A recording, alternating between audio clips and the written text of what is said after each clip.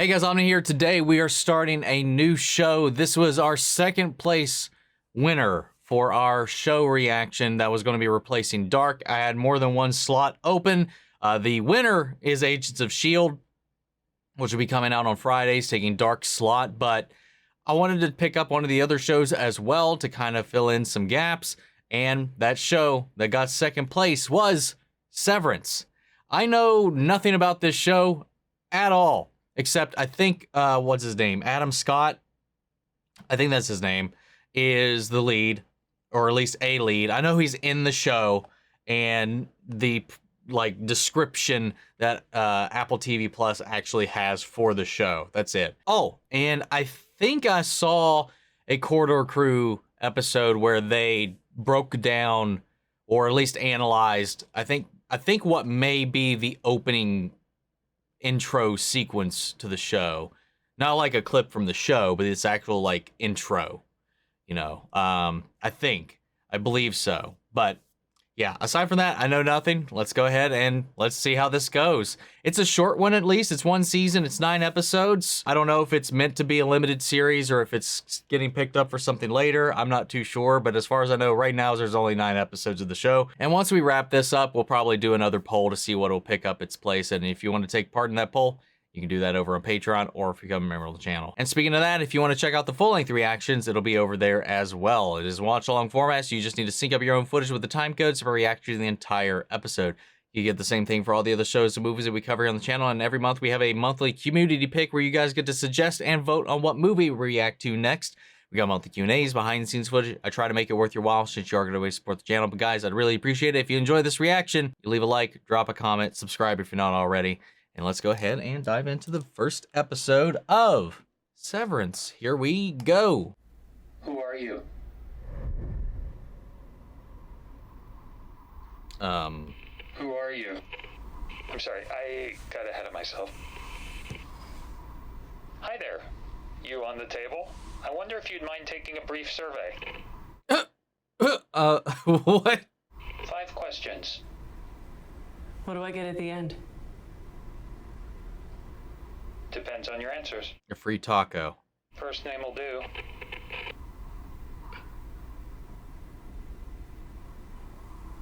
She doesn't remember.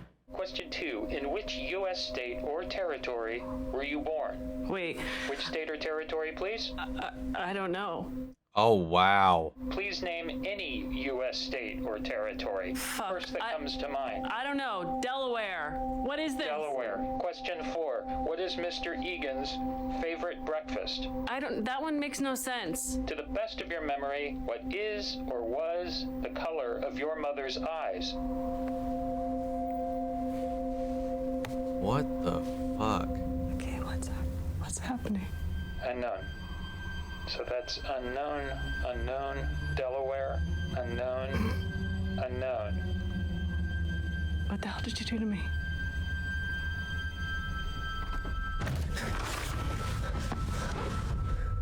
That's a perfect score. Does everybody answer Delaware? Wow.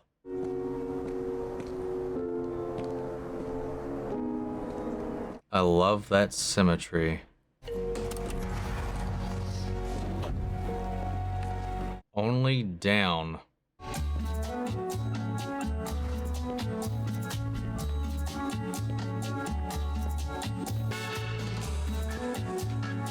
His demeanor changed too.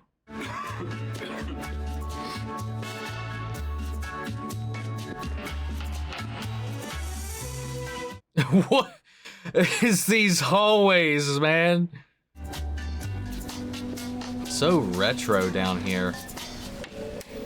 Well, yeah, I was gonna say, well, we don't know the time period. I was like, we saw the outside of the building. If he doesn't process today, they won't know until Tuesday of next week. It's typical Lumen bullshit. Careful, guy. Hi, kids. Hey! Good morning, macro data refinement. Hi, Mr. Milchek. Mark, could I have a word? Just the 4 of them in this big-ass room.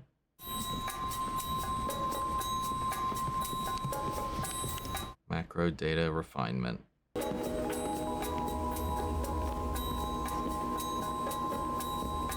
Administration. You look awful. You look hungover. Have a seat.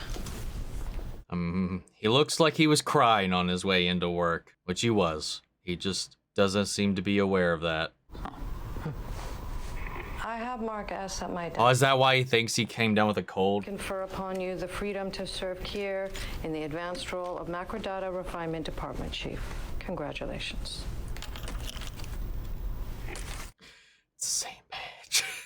A handshake is available upon request.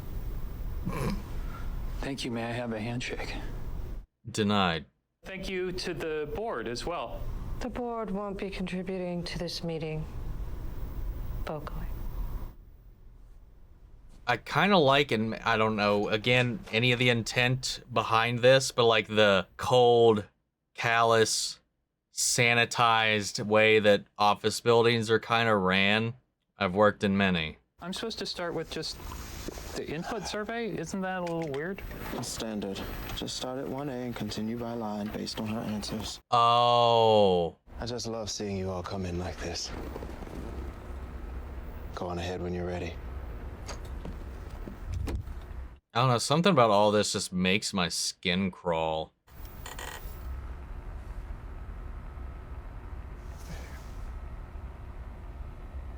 Follow the KB article. There was a page for that question.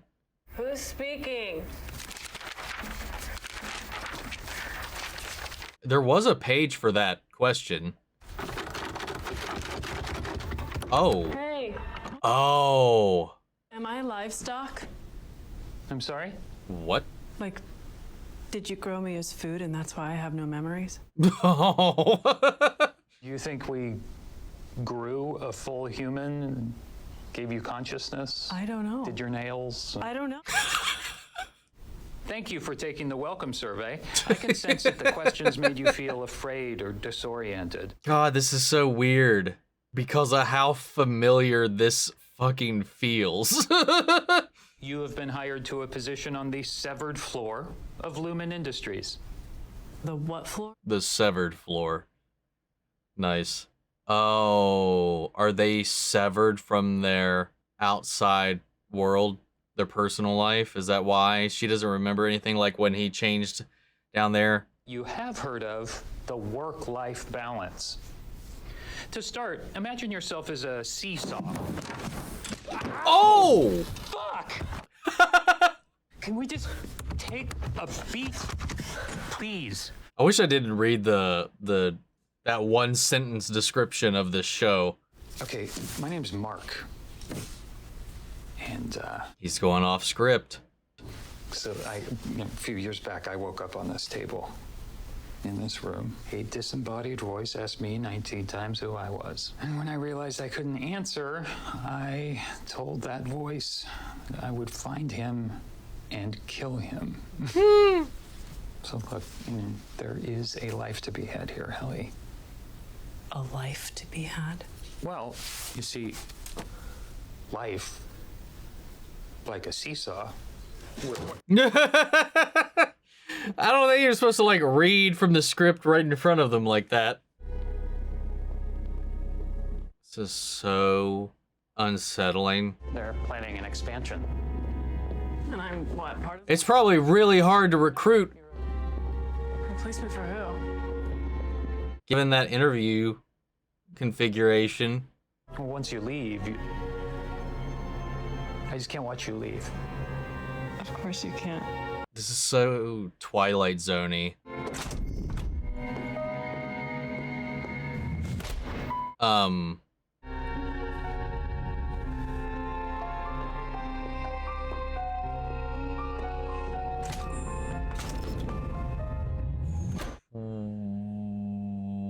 What?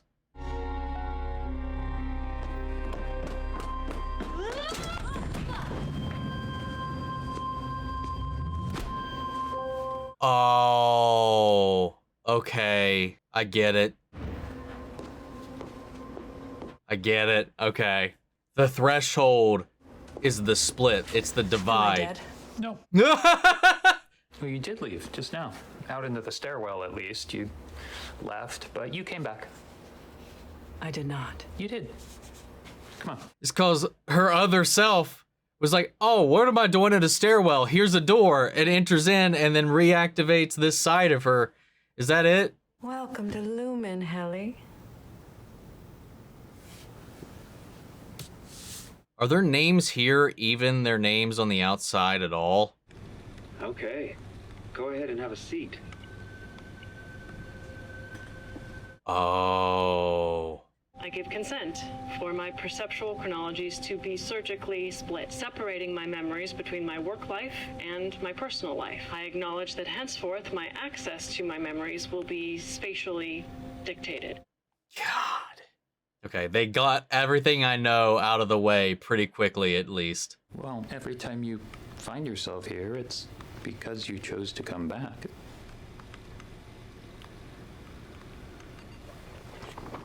Not really, but let's go with that. God, this is like a corporate ideal. But also like the ultimate, like, realization of separation of work and life. Because some people expect you to not even do that. Like, your work is your life. You know, once you go home, like, you still think about it. It still exists. It still makes you worry. Like, I have times where I'm still pondering about a client I talked to later in the evening and be like, God, sometimes I even get the itch and I'll open up my laptop and do a little extra, I guess, just out of anxiety for the next day.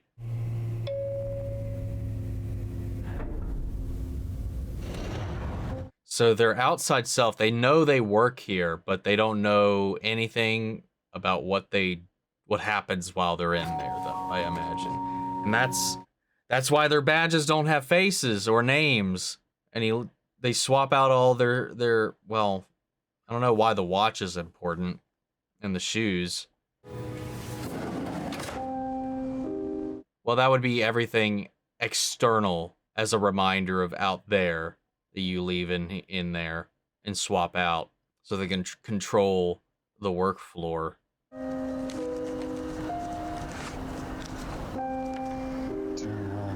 Carrying boxes and room chairs slipped on over. Oh.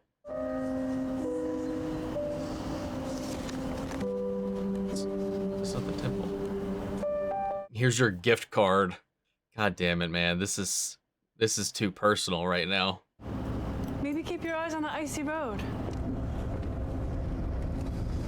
Sorry. Why was she carrying flowers?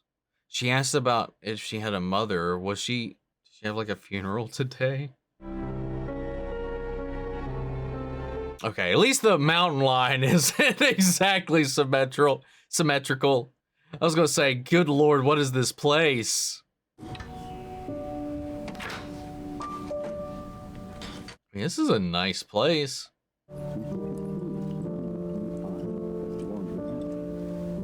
I really like the framing and damn near every scene of this so far too. You actually owe me this.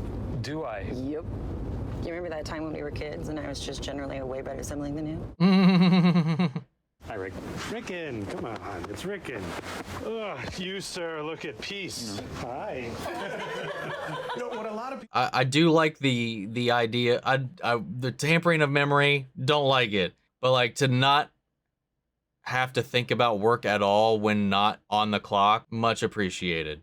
Now, Mark, Rickon told Rebecca and me that you're a former history professor. Yeah. So I'm curious. You know, no one would have called it World War I because World War II hadn't happened yet. Yeah. Wow. Of course. Duh. But Mark is a Lumen man now. Right? Really? Yeah, about 2 years. Do you design the medicines? Medicines. So you know all the dirty secrets. Not really. Well, Mark's work is sensitive enough as to require the severance procedure. So it's public knowledge. Oh, God, No, Mark, please no, forgive it's me, okay. Mark. I My don't care. apologies. No, I think it's fascinating. I mean, I wish I could do it. See? So you walk in at 9 a.m. and then suddenly it's 5 and you're leaving. Well, they stagger us a little. They So Then conversely, So they don't overlap and see who they work with. that version of you is trapped there. Well, I mean, not trapped, but... But what? No, I'm curious what were you going to say. But not trapped, but what?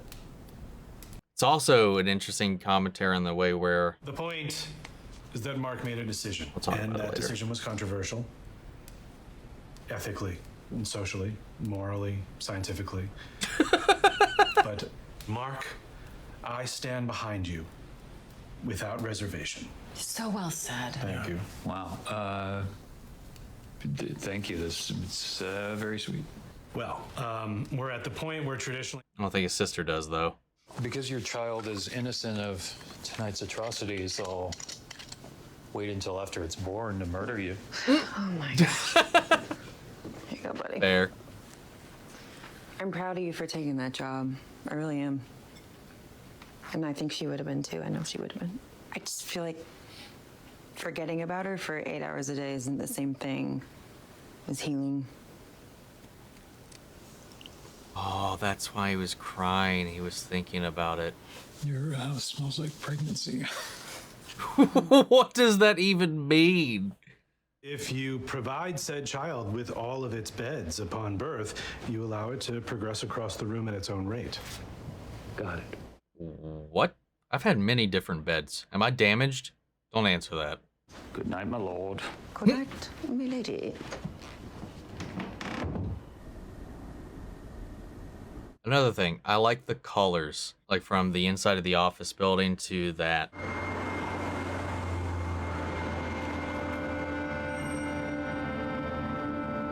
That's not, what was his name? What was his name? The guy that's missing, Petey? Hey, Hey. how long you been up?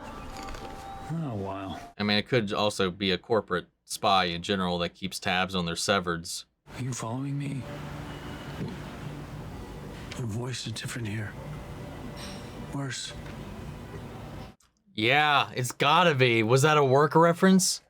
My name's Petey. I'm from work. Yes. Well, that's not plausible.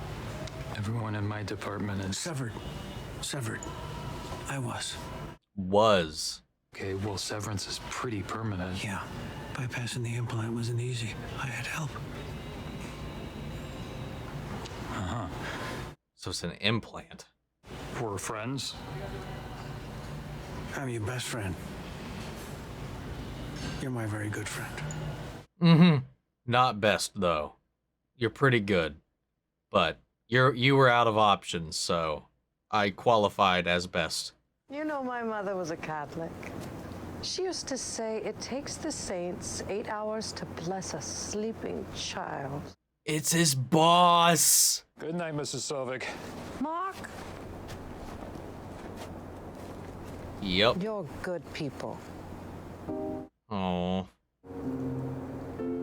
Oh, it's so different, too. Or does she know? Oh, she knows. She's gotta know. Directed by Ben Stiller? I'm sorry. Hello. What? Wow. That was a really good first episode. I really partially wish I didn't read the description, but I mean, they knocked everything that covered just out of the gate. Pretty much like, what, 20 minutes in? They just already covered everything that was there. But I really, this concept is so eerie. It's like a weird Twilight Zone episode. I'll hold off on it, but I really want to read about like the intent behind the premise.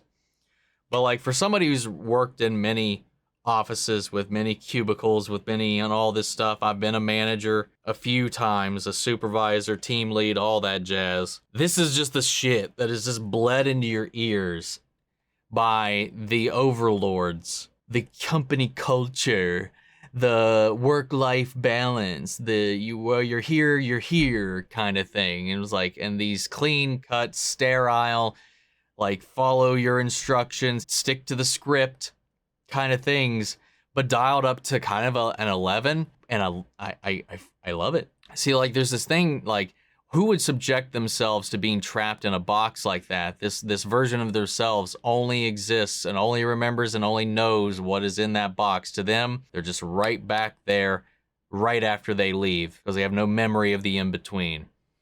Meanwhile, the outside them at least has a sleep cycle, a day and after and before work, but work is just work. And for that time, I understand why somebody like him who's still dealing with grief would opt to at least have a part of the day where he's not thinking about any of that. And that's what he thinks that is for himself, but it's not.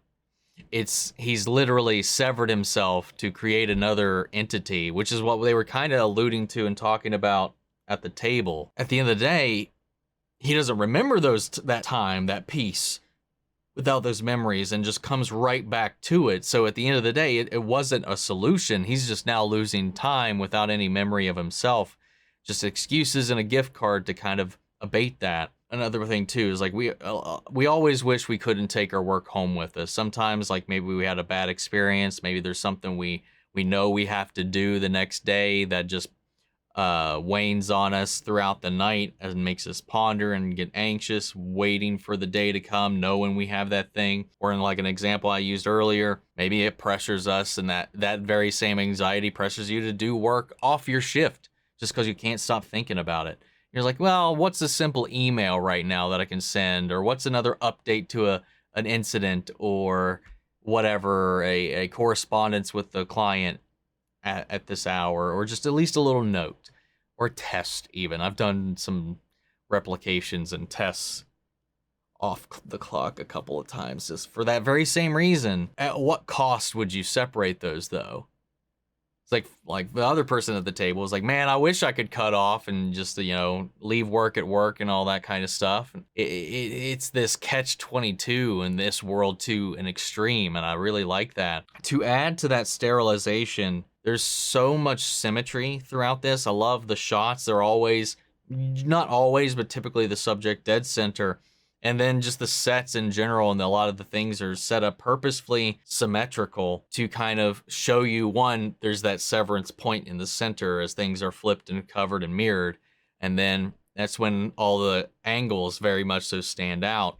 And then there's these very intentional, muted, cool colors. We got the browns, we got the greens, yellow, though a hot color is balanced by that, or a warm color, sorry, is balanced by the rest of the tones, but it fills in with the muted vibe of the aesthetic that we see throughout there. And then the town, and drenched in this white, this blanket of snow, the cool blues of the houses. There's a look to this show that, for me, coming through the whole thing, feels set design, production design, art design is all intentional. So like there's definitely an intent behind that, but like you can pick up and feel the way it's accentuating kind of what's happening here, the cold, disconnected callousness of what's going on, and then the muted internals of the building itself and the whites, trying to keep things clean, tidy, neat, and keep you yourself muted and on task and on focus. It's just interesting, but like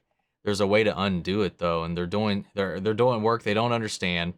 What they're working on those computers is it's all numbers. Like it's just numbers, and they take some numbers and dump them into a specific folder. What is that? Like, is what they're actually working on even hidden from them as well, even in there, even though they can't remember or can't take that out of the building anyway? Is that how Petey found out something else about what they were actually working on, or maybe more about what this company does? Because like, again, coming back to the table, they talked about how what this company does. I was like, oh, I thought they were what are you working on, medicines, or what do you work at, prescriptions or whatever? And he's like, I thought they did more tech. And I was like, what don't they do now? What do they do? I mean, obviously they've developed a surgery that does this to your brain. Apparently that's public knowledge. It's controversial. There are debates and morality and ethical questions that is raised, but nothing enough to stop them from executing on it. It is known that certain people have had that done, and they intend to expand. So they have all these office spaces, which I commented on the fact that they had that one cubicle in that big ass room to themselves. And maybe that's why they're the only 4 people outside of the management and the intermediary that are actually part of this project. You probably don't have a lot of people signing up without people who are coming here purposefully to try to get away from something, it seems like. But Petey found out something. I guess it waned on him so much that he needed to know what he was working on, either one version of himself or the other. Found somebody who could bypass, I guess, an implant that is what is inhibiting and splitting the memories. When they described a surgery, I imagine like something was removed from the brain or something like that. But no, they had there's an insertion, and it's bypassed, so he's got access to both memories now.